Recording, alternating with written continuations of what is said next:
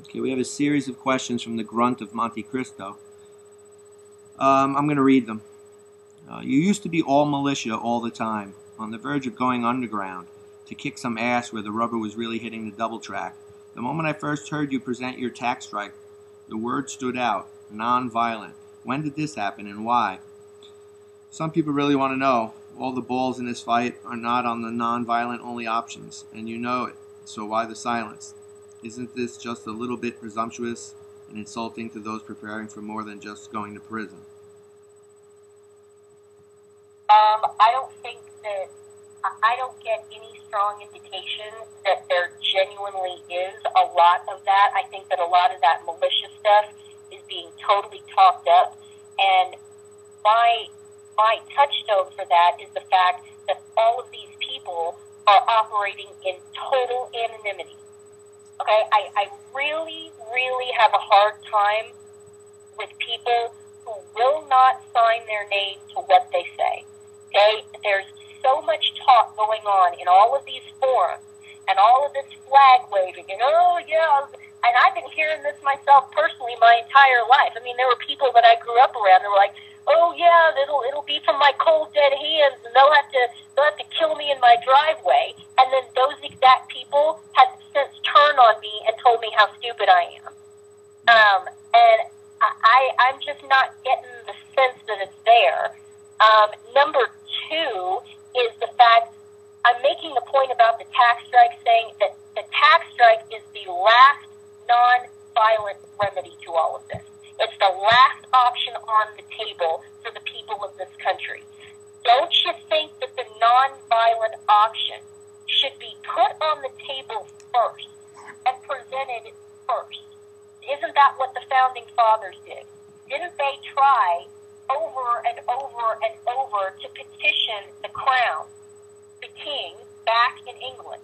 Yes, they did. And you know, Jefferson goes all through that in the Declaration. He's like, dude, we've been trying for years to get you people to listen up and, you know, address our grievances. We've tried and tried and tried, and now you leave us with no choice. All you people out there, you have a nonviolent remedy. There is one option left to you that is nonviolent that could avert war, and that is a tax strike. The only one you have left.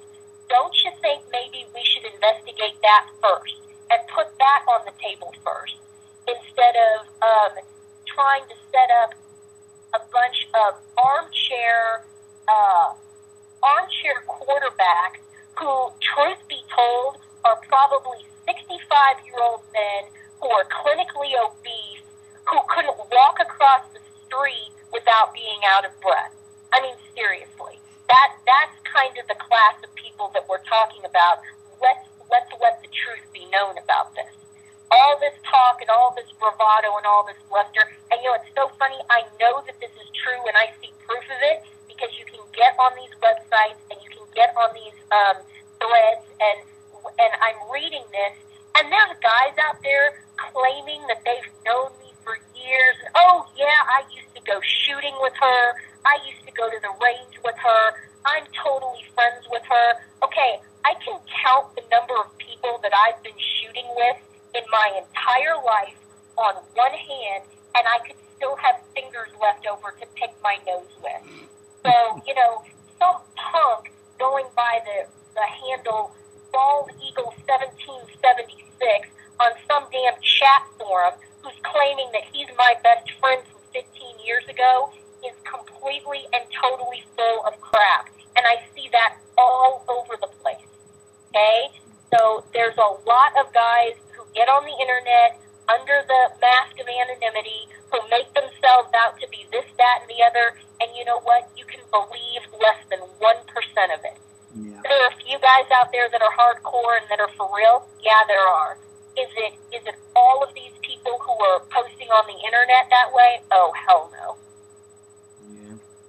All right, Grunt has another question. Your position on the hopelessness of the Republic is well established, but you refuse to even entertain the question of kicking your tax habit by going elsewhere so you can fight from the outside.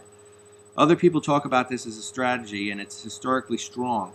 Why the silence on that? Too ballless an option to even address, really? let's see, this is the United States of America. This is the last stand for humanity, basically.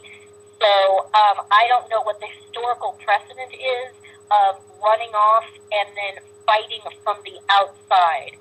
I don't know how that works. But again, that's even beyond prevent defense. That's saying, okay, we're all going to leave the football stadium and win the football game from outside of the football stadium. We're just going to all go sit on the bus.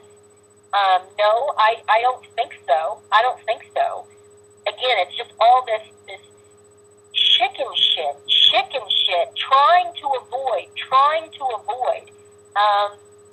No, I'm going to stand and fight, and I'm not. Where would I run off to? I mean, seriously, where would I go? I mean, you want to go to Australia, you want to go to New Zealand, but they're going to be in exactly the same situation we're in, if not worse, because the Chinese are breathing down their necks. You think I'm going to go to Europe? There's going to be a big honking world war in Europe, and much of Europe is probably going to be destroyed, and a lot of it will be overrun, and I mean stone cold overrun by the Islamic Caliphate before this is all over. You're going to go to Europe.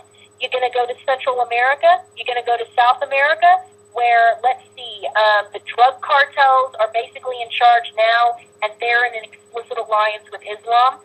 Really, am I just going to go kick back and chill in the Panamanian jungle somewhere? I don't think so, Cha-Cha. You stand and you fight here. You have to stand on the field of battle. He gets a little rough here in his third question. You admit that there may not be anyone behind you off of the Higgins boat. This may or may not be true, but when asked about impact, your response is always, if everyone did this. Well, stop it. Everybody else is not doing this. You just used the term 3% in the same breath. You know the math, and you know everyone is not doing this, ever. If this really is not self-martyrdom, why not address the other options that you are rejecting? What are the other options that I'm rejecting?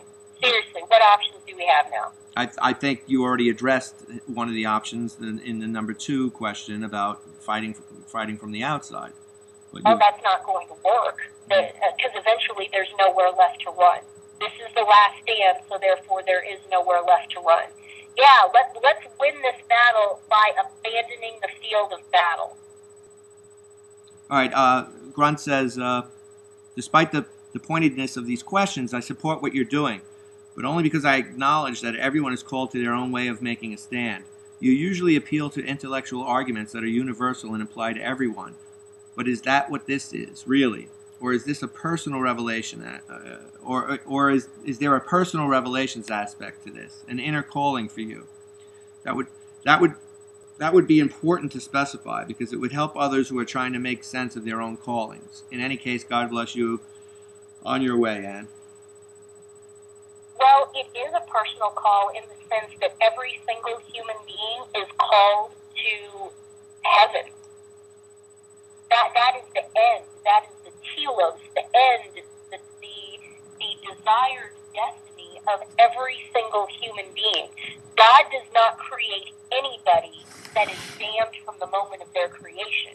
Every person, through the course of their life, chooses either heaven or hell.